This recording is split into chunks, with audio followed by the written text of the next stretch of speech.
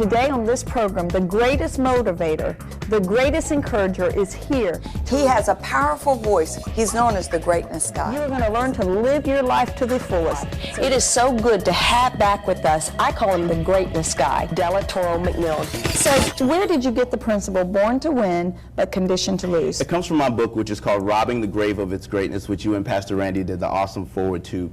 And what I've learned in life is that all of us have been born to win. God created all of us to dominate, to rule, to reign, to win, to succeed. But I believe that most people in life have been conditioned to lose, conditioned to settle, conditioned to, as Dr. Miles Monroe would say, meander in the maze of mediocrity. And it actually comes from a premise based upon a scientist who did a study on fleas. And he took about 10 fleas and he put them into a canister like this. And then he immediately put a lid on top of the canister. And of course, what do the fleas begin to do? They start jumping up and down, trying to get out of the canister.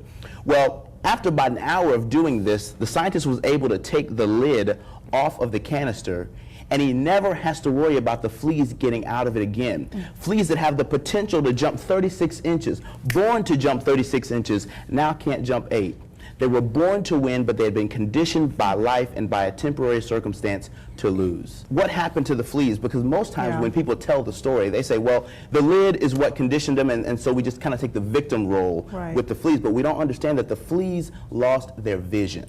What happens is, after they hit their head several times, they said, okay, obviously there's pain above me, so I'm not going to attempt to jump any higher because I perceive a level of pain above this particular point. Oh, that's so good. What I'm going to do is I'm going to still jump, but I'm just not going to jump as high. I'm going to still produce, but I'm just not going to produce everything that God has called me to do, because I perceive that something is above me, whether it's a proverbial glass ceiling that we say in corporate America, which is a bunch of garbage, whether it's an at-risk label, which is a bunch of garbage, because all of us have a lid of limitation in life. And it could be divorce, it could be foreclosure, it could be debt, it could be a failed business. Okay, I tried that business one time and I failed, so I'm not going to start a business again. I'm just going to go back and work a job the rest of my life. Or I tried to get an A one time in school, but it just didn't work out, so I'm just going to settle for C's in life. Come on now. And it's amazing how conditioning affects every area of our life. We can be conditioned to church. We know when to shout, we know when to jump, we know when to run around. But my question is, what are we doing Monday through Saturday when the organ's not going? Come on now. And we're not conditioned to play church, because in church I believe that I can win. I believe that I'm the righteousness of God. But if I don't believe that Monday through Friday, by the time I get to the third red light on the way home from your sermon, I will have in my own mind, because of conditioning, talked myself out of everything that you just spoke over. Well, that's what Proverbs 23 says, as a man thinketh, so is he. Let's deal with this. How does a person pull the lid off? Well, the amazing thing about the study is that as soon as a new flea goes into the canister, a flea that knows that there's no limits on what it can do, what it can be, what it can achieve, a non-previously conditioned flea, when that flea goes in and jumps back out, and the rest of the conditioned fleas see that, they start jumping out too. So it's going to be the power of association. So when a new flea gets in with the tin and begins to jump out, the others follow it. The other previously conditioned fleas jump out too, because they get their vision back. And that's exactly, because what happens is the fleas lose their vision.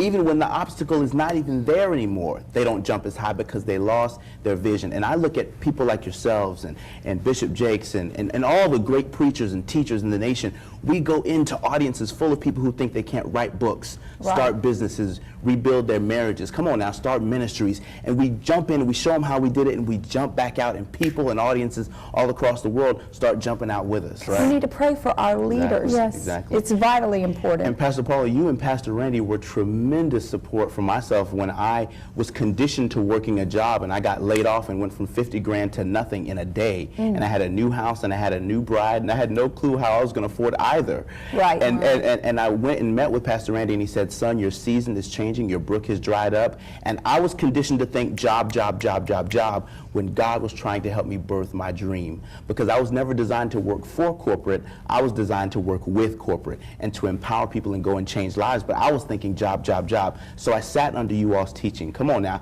I was sowing into first fruits and believing God for great things, and that he really did give me the power to get wealth and become an entrepreneur. And I was paying rent at one time, and now I'm collecting rent. Come on now. You know what I'm saying? That's a better side. Exactly. And most people are caught between a dream and a job.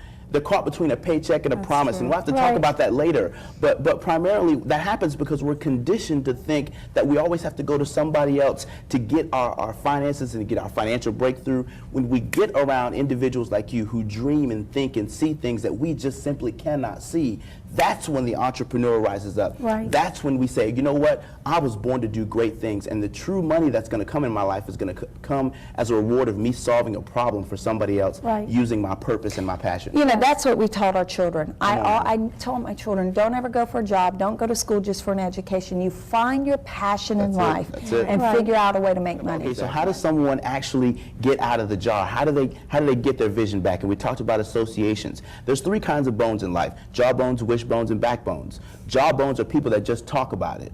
Wishbones are people that just dream about it and claim it. Come on now, you know what I'm talking about. But backbones are people that get up and do about it. And so what happened was those conditioned fleas saw the backbone in that flea that got out. So, you know, see what I'm saying? So we've got to become doers, and the first thing that we've got to do in order to condition ourselves to win, because if you can be conditioned to lose, you can be conditioned to win. So how do I do that? Change your associations. Input determines output. I can tell what's coming into your life based upon what's coming out. I can look in your car and look at the tapes and the CDs and the books that you're listening to and determine whether you will accomplish the goal that you have based upon the input. So if someone is not pleased with the output that they're getting in life, first thing is you got to change input. Absolutely. Do you see what I'm saying? I know what you're saying. I know what you're saying. It's something that I've walked out, I've lived. It is so vital because what goes in is what's going to come out of you. Tell me about the bumblebee mentality. I love it. I mean, you've heard the story hundreds of times, probably told it. It's a scientific fact that the bumblebee is not supposed to be able to fly because its body is too big and its wings are too small to support its weight. But here's the thing, nobody ever told the bumblebee. And so it just did it anyway. So it just does it, you know. But most of us haven't been as lucky as that bumblebee because most of us have been told that our dream is too big while our resources and our finances are too small. We've been told that our vision that God has called us to is way too big while our network and our background is too small. So what we've got to do is, he said, you know, I gotta feel the fear and do it anyhow. I like to go back to mathematics. A negative times a negative equals a positive. If a negative person tells you what you can't do, you better go for it. Because that means, because that means, you know, whenever people say you can't do it, that's when you must do it. Because now the heat is on. Pastor Paula, you talked about it. You know, we've dedicated our books. Yes, that's what I'm talking about. It's like, thank God for all, your enemies do more for you than any of your friends. Because your friends create comfort. Your enemies create reward and challenges. That's right. I believe that when we don't have a vision, goals are fuzzy in our life. Positive people seem like examples of where we're not because of a scarcity mentality. There's 2 mentalities in life, scarcity and abundance. And it's important for us to understand which paradigm most people are operating under. Because the sad reality is that most of the people that you tell your good news to aren't really happy for you. Crap syndrome. Come on now.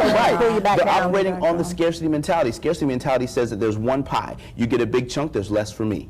When you get a promotion, that's less of an opportunity for me to get one. Come on now, when you get a house, that's one less house that I could have. Abundance mentality says there's unlimited pie. So as long as I position myself the same way you did, mine's on the way. I like it. Come on, God's telling someone right now, abundance mentality. Come on now. This is good stuff. Well, you know, you were talking about receiving, and Pastor Paula, you demonstrated one of the greatest strategies for getting unstuck between the, you know, born to win but conditioned to lose, which is you asked yourself better questions. You didn't ask disempowering questions. You said, what is God trying to teach me? What am I supposed to learn from this? Instead of the disempowering question of, why am I going through this? Come on now. You see what I'm saying? Absolutely. So if we want to change the answers we get in life, we got to start by changing the questions that we ask. We are asking. Of ourselves, of God, of the people that are in our lives. We've got to change our associations because people are just like elevators. They're either going to take us up or they're going to take us down.